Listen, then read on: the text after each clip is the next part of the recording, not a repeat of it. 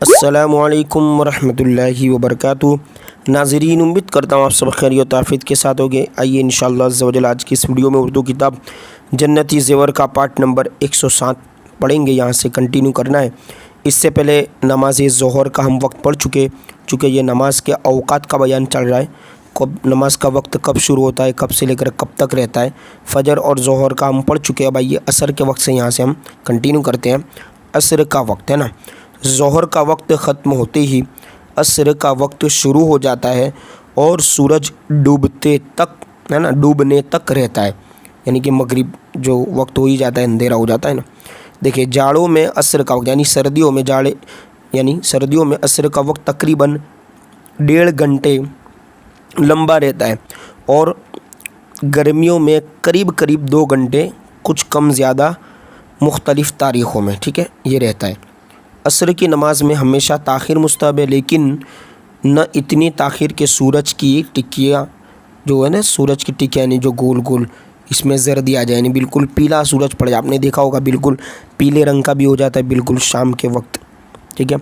मगरिब का वक्त, सूरज डूबने के बाद से मगरिब का वक्त शुरू हो जाता है और शफ़क़ गायब होने तक रहता है।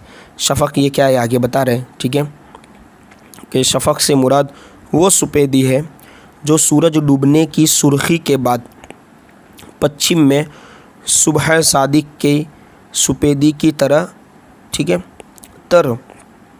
यानी कि ये जो फजर में जो वक्त शुरू होता है सुबह सादिक से, तो ईशा का वक्त चूँकि ज़ाहिर सी बात है ज़्यादा रहता है।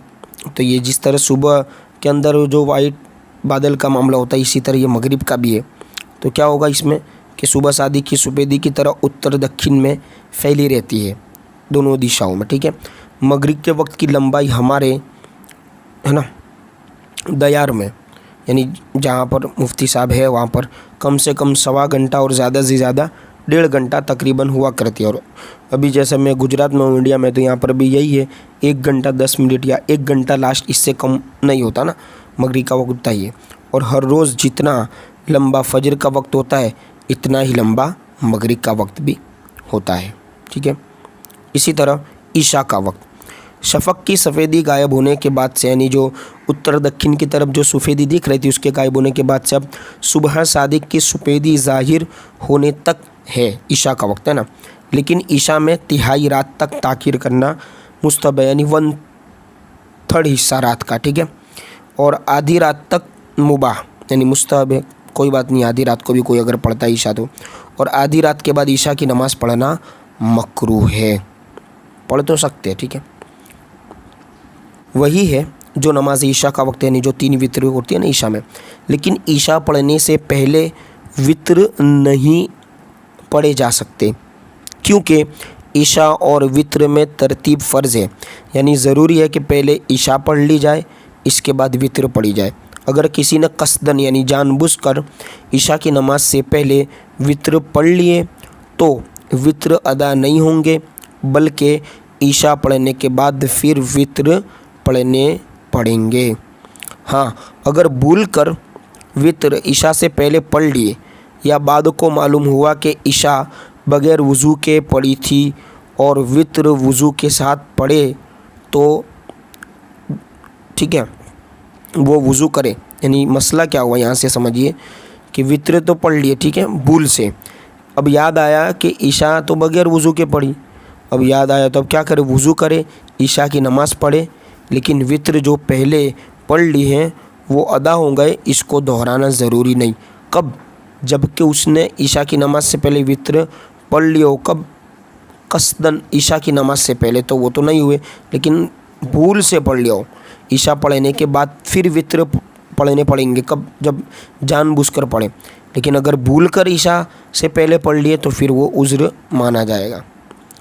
मकरूह वक्तों का बयान, अब देखिए, अब 5 वक्त की नमाज का जो बयान है वो पढ़ लिया हमने। फ़जर का वक्त कब से कब तक है, ज़ोहर, असर, मगरिब, इशा। इन्हीं वक्तों में 3 वक्त ऐसे भी है कि जब नमाज हम नहीं पढ़ सकते, सजदा नहीं कर सकते, मकरूह वक्त का बयान। तो देखिए मसला, सूरज निकलते वक्त, सूरज डूबते वक्त और ठीक दोपहर के वक्त कोई नमाज़ पढ़नी जायज़ नहीं। 3 वक्त है ये।